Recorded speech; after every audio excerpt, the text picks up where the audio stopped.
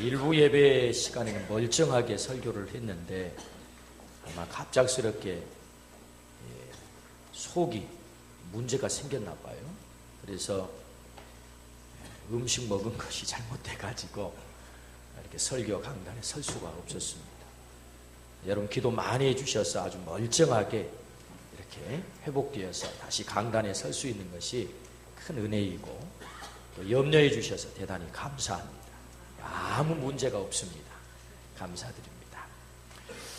당신을 위대하게 만드는 삶이라고 하는 제목으로 오늘 말씀의 은혜를 나누고자 합니다. 우리 인생의 성공을 위해서 우리는 세 가지 질문에 답을 가지고 있어야 합니다. 그 첫 번째는 나는 어디서 왔는가? 나는 누구인가? 그리고 세 번째는 나는 무엇을 위해서 살아야 하는가? 이 세 가지 질문에 대한 답을 가질 때 우리 인생은 성공적으로 살 수 있습니다. 그러나 놀랍게도 이 땅의 많은 인생들은 이 세 가지의 답을 얻지 못한 채 살아가고 있다는 거지요. 그래서 그 인생이 성공적이지 못하고 불행하게 안타깝게 생을 마감하는 것을 보게 됩니다. 릭 워렌 목사님, 미국의 유명한 새들백 교회에 담임하시는 릭 워렌 목사님은 목적이 이끄는 삶이라고 하는 책을 저술을 했는데 우리 인생의 목적에 대해서 5가지로 적고 있습니다. 그 첫 번째는 나는 하나님의 기쁨을 위해서 지음을 받았다. 두 번째는 하나님의 가족으로 지음을 받았다. 세 번째는 예수 그리스도를 닮도록 지음을 받았다. 네 번째는 교회와 세상을 섬기도록 지음을 받았다. 다섯 번째는 사명을 위해서 지음을 받았다. 라고 우리가 이 땅에 존재하는 목적을 정확하게 기록을 합니다. 물론 이 목적은 릭 워렌 목사님이 만들어 놓은 목적이 아닙니다. 이 릭 워렌 목사님은 성경을 깊이 연구하다 보니 인생의 목적이 뭐냐? 성경에서 발견하게 된 거죠. 마태복음 22장과 28장에 대계명이 나오고 대지상명령이 나옵니다. 우리 주님께서 우리에게 이 땅에 우리가 지켜야 될 가장 중요한 계명이 있다. 그걸 대계명이라고 합니다. 하나님을 사랑하고 내 이웃을 내 몸과 같이 사랑하라. 이것이 대계명이다. 그리고 두 번째 대지상명령이 있다. 그것은 우리의 사명인데 너희는 가서 모든 민족으로 제자를 삼아라. 이것이 대지상명령. 우리 주님이 이 땅을 떠나면서 우리들에게 맡긴 사명이다. 그래서 릭 워렌 목사님이 5가지 우리가 존재하는 목적을 적은 것 가운데 마지막이 우리는 사명을 위해서 지음을 받았다. 그 사명이 뭐냐? 가서 제자를 삼는 것이다. 다른 말로 하면 복음을 전하는 것이다. 증인의 삶을 사는 것이다. 선교사의 삶을 사는 것이다. 그것이 우리의 사명이다. 주님이 우리에게 위탁한 대사명이다. 그러므로 내가 왜 존재합니까? 사명을 위해서 존재합니다. 무엇을 위해서 살아야 됩니까? 사명을 위해서 살아야 됩니다. 그러므로 사명을 깨닫고 사명을 발견하고 사는 사람은 위대한 삶을 사는 것입니다. 성공적 삶을 사는 것입니다. 성경에 보면 참으로 보잘것없는 한 사람이 등장을 하는데 그가 베드로라고 하는 사람입니다. 그는 참으로 보잘것없는 어부입니다. 많이 배우지도 못했습니다. 많이 가지지도 못했습니다. 유명하지도 않습니다. 사람들이 그를 존경할 만큼 훌륭한 품격과 인격을 갖추지 않았습니다. 세상에 사람들에게 내놓을 만큼 화려한 이력이 있는 사람이 아닙니다. 겨우 그저 하루 입에 풀칠하기 위해서 그저 바다에 나가 금을 던진 어부에 불과합니다. 이런 보잘것없는 인생, 이 인생이 위대한 삶을 살았다는 거예요. 세계를 변화시키고 이 지구를 변화시키는 위대한 삶, 위대한 삶을 살았다는 거예요. 무엇이 그로 하여금 그 위대한 삶을 살게 했을까요? 그것은 그가 사명을 깨달은 거예요. 사명을 자각한 거예요. 사명을 부여받은 거예요. 그 사명을 위해서 목숨을 걸었을 때 그는 위대한 삶을 살았다. 도대체 그가 깨달은 사명이 무엇입니까? 주님께서 말씀하시는 너희는 가서 모든 민족으로 제자를 삼아라. 너희는 이 일의 증인이다. 라고 말씀하시는 그 증인의 삶, 증인의 삶을 그가 살았을 때 세상을 변화시키는 위대한 삶을 살게 된 거죠. 가장 성공적인, 출발은 보잘것없었습니다. 그러나 그는 마지막 그의 인생이 가장 위대한 삶으로 마감이 됐다고 하는 거죠. 왜 하나님께서 오늘 이 아침에 우리를 부르셔서 이 베드로의 삶을 우리에게 보게 하십니까? 만나게 하십니까? 그것은 오늘 우리의 삶도 위대한 삶으로 초대를 하시는 거예요. 너의 삶도 지금까지 어떻게 살아왔더니 그 관계없이 너의 출신과 너의 배경과 너의 삶의 이력과 네가 지금까지 쌓아온 어떤 것이라도 그거 다 내려놓고 지금부터 네가 사명을 깨닫고 그 사명을 자각한다면, 그 사명을 위해서 산다면 너의 삶이 위대한 삶일 수 있어 라고 주님께서 오늘 이 자리에 초청하신 것입니다. 그러므로 오늘 베드로 사도가 깨달았던 그 놀라운 사명, 그 증인의 사명을 오늘 우리 모두가 깨달아서 위대한 삶을 사는 우리 모두가 되기를 주의 이름으로 축원합니다. 아멘. 그렇다면 오늘 우리가 존재하는 이유가 사명이요, 그 사명이란 곧 우리가 증인의 사명이다. 베드로 사도가 그 증인의 삶을 살아 위대한 삶을 산 것처럼 오늘 우리들에게도 그 사명을 맡기세요. 그 증인. 그렇다면 우리는 무엇의 증인입니까? 오늘 말씀하시기를 부활의 증인이 되어야 한다라고 말씀을 하세요. 부활의 증인.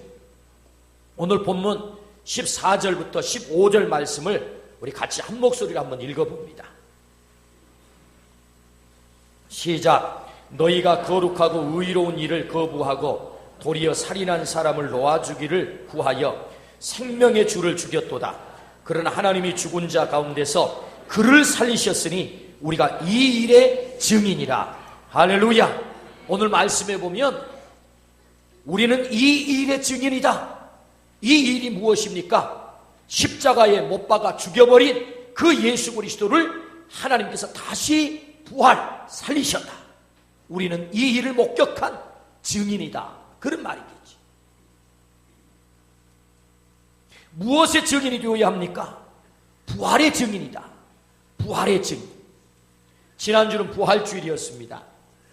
그 부활주일의 연장선상에 오늘 있습니다. 그러므로 오늘 주님께서 부활 두 번째 주일에 우리에게 말씀하십니다. 너는 부활의 증인이 되어야 되겠다. 여러분, 부활은 2000년 전에 예수님께서 무덤 가운데 살아나셨다, 이것만을 말하지 않습니다.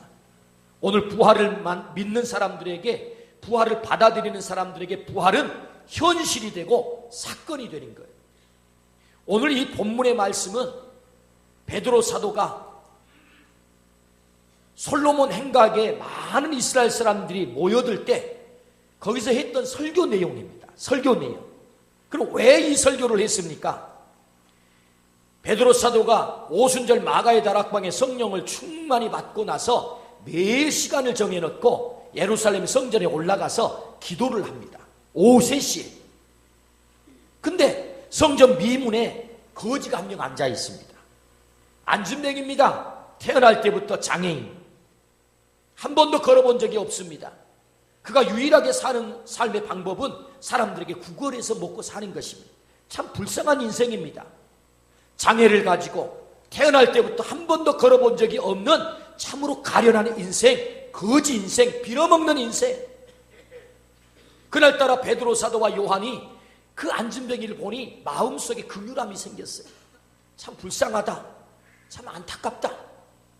그래서 손을 내미는 이 안진뱅이 거지에게 뭔가를 주려고 주머니를 털어보지만 줄 게 아무것도 없는 거예요. 돈이 없는 거예요. 정말로 이 베드로 사도와 요한 사도가 이 안진뱅이에 줄 수 있는 것이 아무것도 없느냐? 그렇지 않아요. 은과 금은 내게 없거니와 그들이 가진 것은 없었어요. 그러나 가장 귀한 것을 가지고 있었어요. 생명의 주 예수 그리스도, 부활하신 예수 그리스도. 은과 금은 내게 없거니와 내게 있는 것으로 내게 주노니 곧 나사렛 예수 그리스도 이름으로 일어나 걸으라. 아멘. 이 음성을 들은 이 안진뱅이가 벌떡 일어난 줄로 믿습니다.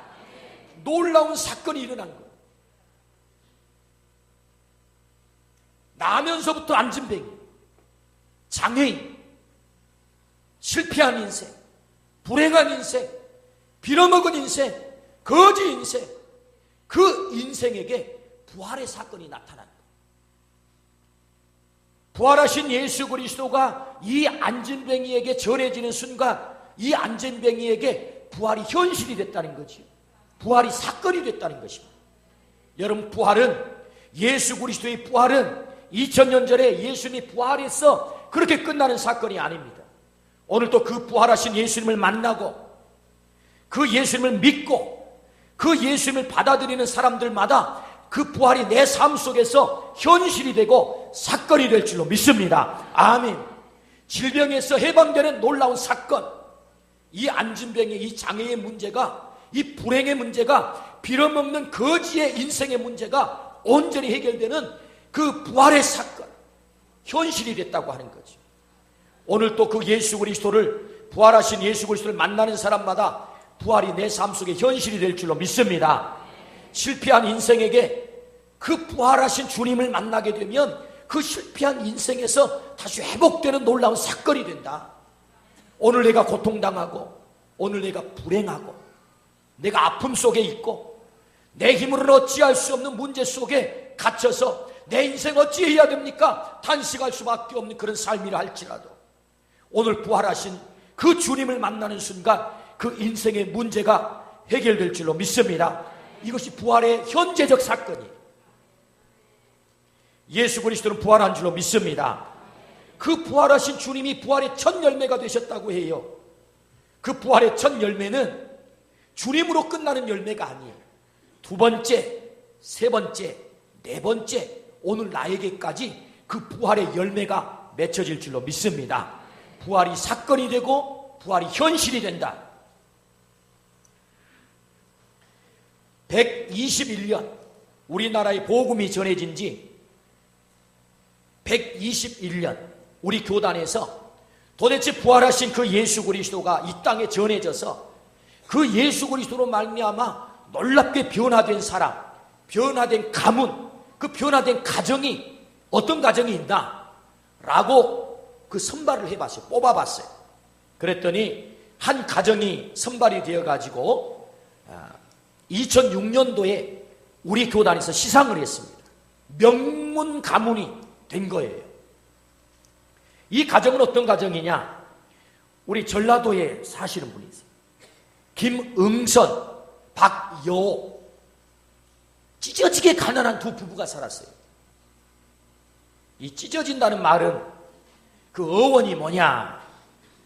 박조준 목사님께서 설교를 하실 때 이 찢어지게 가난한다는 말을 설명을 하시는데, 과거에는 춘궁기가 있어가지고 요새처럼 이 보리가 이제 팰 때가 됐잖아요. 이 보릿고기가 되면 춘궁기가 돼가지고 먹고 살 게 없는 거예요. 그래서 산에 올라가가지고 소나무를 잘라가가지고 거친 껍질은 벗겨는 속에 아주 부드러운 송쿠라는 게 있습니다. 송쿠. 그 송쿠를 배가 고프니까 잔뜩 먹으면 이게 변비가 걸리는 거예요. 그래가지고 손자가 그 똥을 누러 가는데 똥이 안 나와요. 그래서 할머니 하면 할머니가 젓가락을 가지고 뛰어간다는 거예요. 그래가지고 그 젓가락으로 그 막혀있는 것을 파내다가 그 부분이 찢어져가지고 아파서 생긴 말이 찢어지게 가난하다. 요래 생겨났다고 그래요. 전설 따라 삼천리 같은 얘기입니다. 믿거나 말거나 어쨌든 이 찢어지게 가난한 이 김응선, 박여호 부부가 살았어요. 가난 때문에 너무 말할 수 없는 고통을 당하는 거예요. 자녀는 8남매를 두었어요. 옛날은 자식도 많이 낳잖아요. 5난 3녀를 낳아 기르는데 도대체 입에 붙이라기도 힘든 거예요. 정말 찢어지게 가난해요.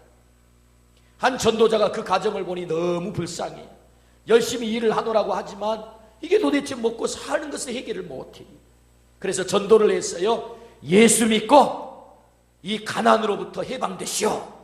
예수님께서 당신의 가난을 해결할 것입니다. 이 전도를 한 거예요. 어쨌든 입에 불칠이라도 하고 이 가난을 해결하겠다고 하는 그 말에 전도를 받고 이 교회를 다니기 시작한 거예요. 워낙에 성품이 착실하고 성실해서 교회를 열심히 나온 거예요. 그러다 보니 교회에서 인정을 받아가지고 장로님의 피택이 되어가지고 장로님의 임직을 한 거예요. 그래서 이제 이 장로님의 임직을 해가지고 첫 기도 당번이 된 거예요. 그런데 이 목사님께서 대단히 엄격한 목사님이셨나 봐요.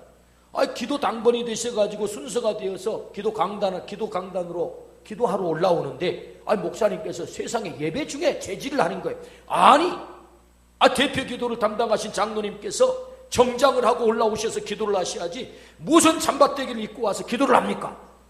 여러분 얼마나 상처를 받았겠어요. 안 그래도 가난해가지고 겨우 입는 옷이라고는 자기가 최선을 다해서 잠바를 입고 왔는데 정장을 하지 않았다고 기도를 시키지 않는 거예요. 할 수 없이 기도를 못하고 저 뒷자리에 가가지고 눈물을 흘리면서 기도를 하는 거예요. 하나님 아버지, 가난은 나 하나만으로 족합니다. 제발 내 자식들은 이 가난에서 해방되게 해주세요. 간절히 기도를 했어요. 그때부터 이 김응선 장로님과 박요 권사님은 새벽마다 기도를 합니다. 이 가난의 대물림 더 이상 자녀들에게는 하지 않게 해주세요. 저로 족합니다. 근데 놀랍게도 그 김응선 장로님과 박요 이 권사님의 자녀들이 2006년도에 다 불러 모아봤더니 한 120명 정도 이렇게 번성이 된 거예요. 참말로 많이 번성을 했지요. 그런데 하나같이 그 자녀들과 그 손자, 손녀들, 증손자들까지 훌륭한 인물들이 되어 있는 거예요. 그 팔남마이가 어떻게 명문신앙 가문을 이루었고 그 아버지가 이 가난은 대물림 되지 않게 해주십시오라고 하나님 앞에 기도하고 부활하신 예수 그리스도를 그 가문에 받아들였을 때 그 가정이 어떻게 변화가 됐느냐 조사를 해봤더니 그 큰아들은 김홍규 장로님 순천 매산고등학교 교장으로 정년을 해요. 두 번째는 김상규 장로님 서울에서 큰 회사의 회장님이 되어 계셔요. 김병규 장로님 다섯 분의 아들이 다 장로님이 되어 있어요. 큰 회사의 회장님. 넷째 아들 김명규 장로님 인천제일교회 장로님 14대 15대 국회의원. 다섯째 아들 김승규 장로님 할렐루야 교회 장로님 국정원장을 지내시고 법무부 장관을 지내신 장로님. 세 명의 따님은 다 권사님이 되시고 그 손자 손녀들까지 그 증손자까지 훌륭한 인물들. 하나님 아버지, 가난은 나 하나로 족합니다. 내 자녀들에게는 대물림되지 않게 해주세요.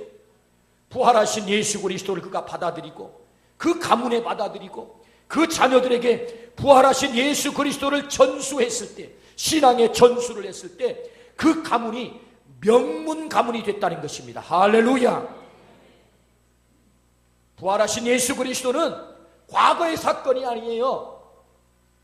오늘 우리가 부활의 증인이 될 때 내 삶 가운데 그 부활이 현실이 되고 내 자녀들에게 현실이 되고 내가 그 부활하신 예수 그리스도를 전하는 사람들에게 사건이 될 줄로 믿습니다. 가난에서 해방이 되고 질병에서 해방이 되고 불행에서 해방이 되고 장애에서 해방이 되고 내 인생의 꼬인 문제들로부터 해방되는 부활의 사건. 오늘 또 그 부활은 사건이 될 줄로 믿습니다. 무엇의 증인이 되어야 됩니까? 부활의 증인이 되라는 거예요. 베드로 사도가 그 부활의 증인의 사명을 자각했을 때 참으로 보잘것없는 실패한 인생. 여러분 베드로 사도가요 3년씩이나 주님을 따라다녔습니다. 훈련받았습니다. 교육받았습니다. 그럼에도 불구하고 이 베드로 사도 십자를 지고 저 골고다 언덕을 오르시는 그 예수님을 부인했습니다. 모른다고. 맹석코 모른다고. 저주하건대 모른다고. 세상에 부인하고 맹세하고 저주하면서 예수님을 부인했던 실패한 인생. 부활하신 주님을 만나고서도 여러분, 그 사명을 감당하지 못하고 다시 갈릴리 바다로 돌아가서 그물을 잡아들었던 자가 누굽니까? 베드로입니다. 그는 실패한 인생입니다. 그럼에도 불구하고 그 베드로가 부활의 증인이 되겠다고 하는 사명을 자각했을 때 그가 가장 위대한 삶을 살게 된 줄로 믿습니다. 아멘. 그의 삶의 부활이 현실이 됐다는 거예요. 실패의 자리에서 회복되는 부활의 현실. 오늘 또 우리의 삶 가운데 부활하신 그 주님이 내 삶 가운데 오시고 그 부활하신 주님을 내 안에 모셔드리고 그 부활하신 주님을 증거하는 증인의 삶을 살기로 결정했을 때 오늘 내 삶에도 부활이 현실이 될 줄로 믿습니다. 아멘. 그렇다면 우리는 어떻게 이 부활의 증인이 될 수 있을까요? 오늘 사도행전 1장 8절 말씀을 같이 한번 읽어봅니다. 오늘 본문은 아닙니다만은 연장성산에 있는 말씀입니다. 1장 8절 성경을 한번 다 찾아보시고 함께 한 목소리로 읽습니다. 오직 성령이 너희에게 임하시면 너희가 권능을 받고 예루살렘과 온 유대와 사마리아와 땅끝까지 이르러 내 증인이 되리라 하시니라. 아멘. 어떻게 우리가 그 위대한 부활의 증인으로 그 사명을 감당하며 살 수 있습니까? 그것은 오직 성령이 너희에게 임하시면, 성령 충만할 때 우리가 부활의 증인이 될 수 있는 줄로 믿습니다. 성령 충만할 때. 그렇다면 여러분, 우리가 어떻게 성령 충만할 수 있을까요? 여러분, 베드로 사도가 부활하신 예수님을 목격을 했어요. 빈 무덤을 가서 확인을 했어요. 아, 예수님이 부활하셨구나. 그 부활하신 예수님을 만나고 한 차례만 나타나는 게 아닙니다. 여러 차례 그 제자들에게 나타났습니다. 베드로가 그 현장에 있었습니다. 너무나도 확실한 부활하신 주님을 만났어요. 그리고 그 부활하신 주님이 베드로 사도에게 너는 증인의 삶을 살아야 된다. 이 부활의 증인이 되어야 된다라고 사명을 맡겼어요. 그럼에도 불구하고 이 베드로 사도가 그 사명을 즉각 감당하지 못해요. 그리고는 갈릴리 바다에 가가지고 그들 입에 호구지책 해결하겠다고, 입에 풀칠하겠다고 그물을 던지는 일을 하는 거예요. 근데 그물을 던져보지만 밤새 빈 그물만 끌어올려요. 빈 배, 빈 그물, 빈 바다. 뭐예요? 실패했다 그 말이죠. 그가 사명을 망각한 채 갈릴리 바다로 돌아가가지고 우리 주님께서 너는 부활의 증인으로 살아야 돼 라고 사명을 맡겼는데 그 사명을 망각한 채 갈릴리 바다로 돌아갔어요. 그런데 이런 실패한 베드로가 어떤 사건을 경험하고 그 위대한 증인의 삶으로 살기 시작해요. 놀라운 전환이 찾아왔대요. 전환. 도대체 그렇다면 베드로의 삶은 이렇게 놀라운 실패의 자리에서 사명의 자리로, 증인의 자리로 회복시켜버리는 그 전환의 사건이 뭐예요? 바로 그것이 사도행전 2장 1절부터 4절에 등장하는 오순절 마가의 다락방의 성령의 사건인 줄로 믿습니다. 오직 성령이 너희에게 임하시면 너희가 권능을 받고 예루살렘과 온 유다와 사마리아와 땅끝까지 이르러 내 증인이 되리라. 네가 증인의 사명을 감당하기 위해서는 성령을 받아야 되고 성령의 권능을 받아야 된다라고 말씀을 하세요. 그러므로 오늘 우리가 어떻게 증인이 될 수 있습니까? 어떻게 사명을 감당할 수 있습니까? 성령 충만할 때 우리가 그 사명을 감당하게 될 줄로 믿습니다. 아멘. 그렇다면 여러분, 우리가 어떻게 성령 충만할 수 있어요? 성령 하나님은 인격의 하나님이세요. 그 성령 하나님을 사모할 때 우리 주님 말씀하세요. 예루살렘을 떠나지 말고 내가 너희에게 약속하신 것을 기다리라. 뭐 하라고요? 기다리라. 기다리라는 말은 사모하라는 말이에요. 성령 하나님을 사모할 때 오순절 마가의 다락방에 모였던 120명의 성도들이 성령 충만한 줄로 믿습니다. 여러분, 예수님의 부활을 목격했던 사람들이 고린도전서 15장에 보면 500명의 형제가 일시에 봤어요. 그럼에도 불구하고 500명의 형제가 다 성령 충만했던 얘기가 아닙니다. 마가의 다락방에 모여서 우리 주님께서 약속하신 성령을 기대하고 사모한 사람만 성령 충만한 줄로 믿습니다. 그러므로 우리가 어떻게 성령 충만할 수 있어요? 성령 하나님을 사모하기를 주의 이름으로 축원합니다. 성령 하나님을 사모하면 성령 하나님이 내 안에 오셔요. 하나님의 말씀이 선포되는 자리에 성령 하나님이 임재하십니다. 베드로 사도가 고넬료의 가정에 방문을 했어요. 하나님의 말씀을 선포하자 그 고넬료의 가족의 모든 사람들이 성령을 충만하게 체험했다라고 성경은 기록해요. 그러므로 여러분, 어디에서 어떻게 우리는 성령을 충만할 수 있습니까? 하나님이 말씀이 선포되는 자리에 우리가 있어야 될 줄로 믿습니다. 예루살렘 거리에 베드로 사도가 뛰쳐나가서 말씀을 전할 때 거기 모여있는 사람들이 가슴을 치며 우리가 어찌할꼬 라고 회개를 합니다. 우리가 어찌할꼬? 그럴 때 베드로 사도가 회개하면 성령을 선물로 받는다라고 말씀을 하세요. 여러분, 성령은 거룩한 영이십니다. Holy Spirit. 이 거룩한 영은 죄와 함께 할 수가 없어요. 어떻게 우리가 성령 충만할 수 있습니까? 우리 안에 있는 죄를 다 토하고 끄집어내면 성령 하나님께서 우리 가운데 임재하실 줄로 믿습니다. 아멘. 그러므로 회개할 때 성령 충만한다. 뿐만 아니라 언제 우리가 성령 충만할 수 있습니까? 누가복음 11장에 보니까 구하는 자에게 성령을 주시지 않겠느냐. 우리가 하나님 앞에 나아가 기도할 때 성령을 하나님께서 우리에게 허락할 줄로 믿습니다. 기도하는 자에게 성령을 주신다. 그러므로 오늘 우리가 위대한 삶을 사는 길, 그것은 사명을 자각하는 길이고, 그 사명은 우리가 증인의 삶, 부활의 증인의 삶을 사는 길인데, 그 증인의 삶을 살기 위해서는 성령 충만해야 된다.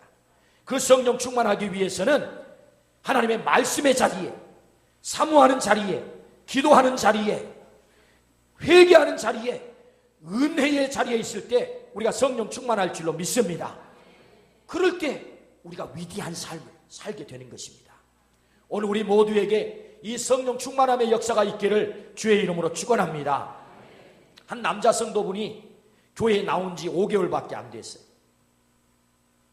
알파 코스를 정말로 사모했어요.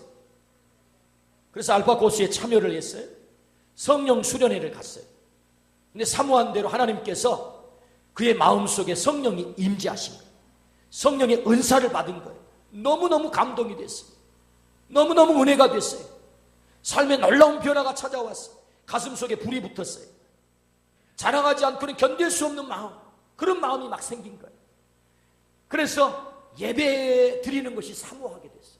그래서 예배마다 빠지질 않아요. 주일 예배는 물론이거니와 오후 예배, 수요일 밤 예배, 심지어는 막 기도하고 싶은 마음이 가슴에 불붙어가지고 새벽 예배를, 세상에 교회에 나온 지 5개월밖에 안 된 남자 성도가 참석을 하는 거예요. 새벽 예배. 새벽에 왔다가 그냥 말씀만 듣고 그냥 가는 게 아니에요. 늦게까지 기도를 하는 게, 늦게까지. 여러분, 기도하는 자리에 가만 보면은요, 남자 성도들은 여자 성도에 비해서 엉덩이가 좀 가벼워요. 대체로 보면 일찍 일어납니다. 그런데 이 남자 성도는 끝까지 기도를 하는 거예요. 끝까지. 맨 나중까지. 마음속에서 예수님을 믿고 성령을 체험하고 나니까 막 얘기하고 싶은 마음이 올라오는 거예요. 이 남자분은 이 의상실, 의류 판매하는 일을 해요. 디자이너이면서 의류를 판매하는 일을. 사람들을 많이 만나잖아요. 사람들이 손님이 와가지고 얼굴이 달라진 거예요. 얼굴이 밝아진 거예요. 얼굴에 웃음이 생긴 거예요. 아니, 도대체 사장님 왜 이렇게 얼굴이 바꿔졌어요? 왜 이렇게 달라졌어요? 왜 이렇게 자꾸 기뻐서 웃어요? 그랬더니 글쎄 내가 교회를 나갔더니 이렇게 됐다고. 예수님을 내 안에 모셔드리고 성령님이 내 안에 오시니 자꾸 내 안에 기쁨이 생긴다고. 이게 자꾸 자랑하는 거예요. 여러분, 무슨 논리적으로 예수님의 복음을 설명할 수 있는 능력이 있는 게 아니에요. 성경을 많이 아신 분도 아니에요. 그런데 자꾸 자랑하게 된 거예요. 교회를 나갔더니 너무 좋더라. 너무 평안하더라. 말씀을 들으니 정말 그 말씀이 은혜가 된다. 그래서 자꾸 자랑하다 보니까 사람들이 그 자랑을 듣고 교회에 나오기 시작한 거예요. 여러분, 성령이 충만하면 자랑하고 싶어지는 것입니다. 우리가 어떻게 부활의 증인이 될 수 있습니까? 성령 충만하게 되면 우리 입에서 자랑을 하게 돼 있다고요. 그래서 자꾸 자랑하다 보니까 전도가 되게 돼 있어요. 뿐만 아니라 자기들의 자기 가정, 가정에 약간 문제가 있었어요. 이 아내와 이 대화가 잘 안 됐어요. 늘 마찰이, 갈등이 있고 껄끄러웠어요. 뿐만 아니라 자녀들이 아버지 권위를 잘 인정을 하고 말을 잘 듣지 않아요. 그런데 그 예수님을 믿고 성령 충만하냐 하자 자녀들이 잘 순종을 하는 거예요. 자녀들이 따라서 교회를 나오게 됐어요. 아내도 따라서 교회를 나오게 됐어요. 어머니 80이 되는 어머니를 모시고 사는데 수십 년 동안 불교에 심취했던 어머니예요. 그런데 이 어머니가 아들이 변한 모습을 보고 그리고 아들을 따라서 교회를 나온 거예요. 할렐루야. 그 나오는 날은 너무너무 좋아가지고 저를 찾아온 거예요. 목사님, 우리 어머니가 교회를 나오셨어요. 송경호 안수 집사님이 간증을 오셨어요. 교회에 간증을 오셨어요. 이 송경호 안수 집사님은 특징이 뭐냐? 간증을 한 다음에, 전도 간증을 한 다음에 마지막에는 꼭 손을 들게 만들어요. 그래서 몇 명 전도할 사람 이렇게 결신을 시킨단 말이에요. 근데 몇 명부터 출발을 하냐면 10,000명부터 출발을 해요. 다 눈을 감겨놓고는 10,000명 전도할 사람 손 드시오. 여러분, 근데 놀랍게도 10,000명 전도할 사람 손을 든 사람이 있다는 거예요. 정신없이 5,000명 전도할 사람, 3,000명 전도할 사람, 계속해서 10,000명부터 시작을 하는 거예요. 1,000명 전도할 사람, 500명 전도할 사람. 그러니까 이 새 성도가, 이 남자 성도가 어느 때쯤 손을 들기는 들어야 되는데 어느 때쯤 들어야 되나? 10,000명부터 시작을 해가지고 이게 숫자 감격이 없어져 버렸어요. 100명 전도할 사람 손을 번쩍 들었어요. 나중에 정신을 차리고 보니까 큰 걱정이, 내가 어떻게 100명을 전도하나? 세상에 교회에 나온 지 5개월밖에 안 됐는데 내가 어떻게 전도를 해? 큰 걱정이 생겼어요. 그런데 이 100명 전도한다고 손을 들었는데 이 5개월밖에 되지 않는 이 성도가요 100명을 전도했습니다. 할렐루야. 성령 충만하고 나니까 계속 자랑이 되는 거예요. 여러분, 성경을 많이 얘기해서가 아니에요. 복음을 논리적으로 다 설명할 수 있어서가 아니에요. 하나님이 내게 기쁨을 주셨다고, 하나님이 내게 평안을 주셨다고, 우리 가정을 이렇게 회복시켜 주셨다고, 사업도 잘 풀리게 하셨다고 자꾸 얘기를 하니까 사람들이 따라 나오는 거예요. 할렐루야. 아멘. 이렇게 제가 간증을 하면, 예화를 들면 그 사람이 누군가 궁금하시죠? 자관이 있습니다. 저희 교회뿐은 아닙니다. 성령 충만하면 부활의 증인이 되는 것입니다. 어떻게 성령 충만할 수 있습니까? 은혜의 자리에 있어야 된다고 하는 거지. 기도의 자리에, 말씀의 자리에, 사모하는 자리에, 회개하는 자리에 우리가 있게 될 때 성령 충만하게 될 줄로 믿습니다. 그 성령님이 우리에게 오시며 우리에게 권능을 주시고 그 권능을 통하여서 우리가 부활의 증인으로 삶을 살게 하신다.